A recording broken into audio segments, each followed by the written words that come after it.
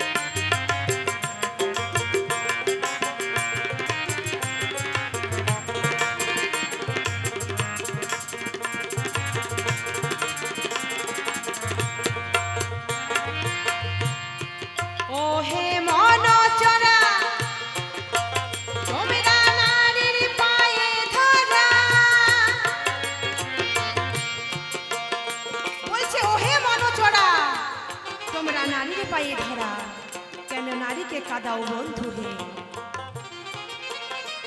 ও হে মন